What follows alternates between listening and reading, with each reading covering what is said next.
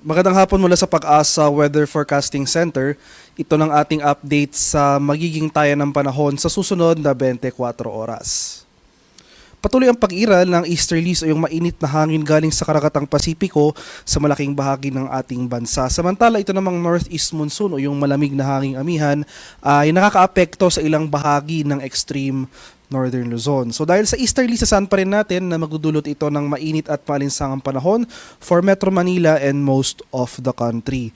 So makikita natin sa ating latest satellite images na wala tayong mga makakapal na kaulapan na obserbahan na malapit sa ating mga kalupaan. Nangangahulugan, wala tayong mga tuloy-tuloy na mga pag-ulan na mararanasan for the next 24 hours. At sa kasalukuyan, wala pa rin tayong minomonitor na low pressure area at nananatiling maliit yung chance na magkaroon tayo ng bagyo sa mga susunod na araw. At para naman sa magiging lagay ng ang panahon bukas dito sa malaking bahagi ng Luzon, so for area ng Batanes, dahil naasahan natin na may panibagong bugso ng amihan, itong surge ng northeast monsoon na ito hindi na ganoon kalakas as compared sa mga nakaraang bugso. So base sa ating pagtaya ay makakaapekto na lamang ito sa area ng extreme northern Luzon, sa may Batanes at Bubuyan Island sa mga susunod na araw. Pero for tomorrow, generally fair weather ang ating mararanasan for Batanes. Wala tayong mga mararanasang malalakas sa pag-ulan. Ito yung mga light rains o pag-ambon lamang na dulot ng amihan. For Metro Manila and the rest of Luzon, generally fair weather rin ang ating mararanasan. Mainit at malinsang ang panahon pero nandyan pa rin yung mga tsansa ng mga usual afternoon to evening na mga rain showers or thunderstorms.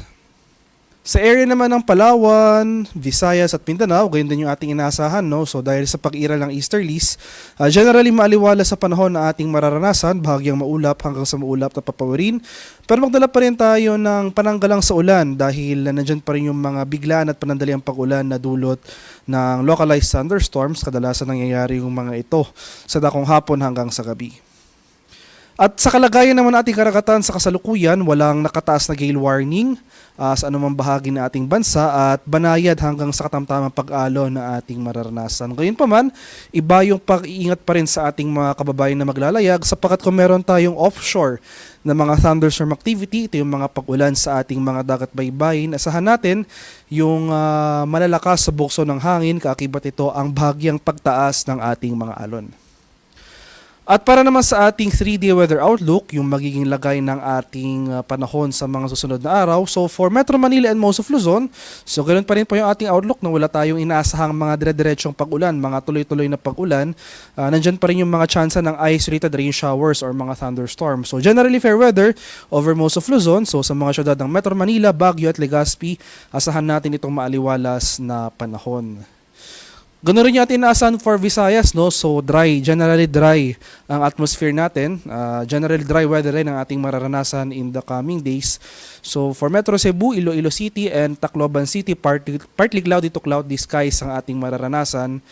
Pero hindi nangangahulugang wala na tayong pag-ulan na inaasahan, no? Nandiyan pa rin yung mga panakanakang pag-ulan na dulot ng thunderstorms. Sa area naman ng Mindanao, sa bandang Metro Davao, Cagayan de Oro City at Zamboanga City, so sa bahagi ng Mindanao in general, no, inaasahan natin ang increased thunderstorm occurrence dahil mas malapit ito sa equator.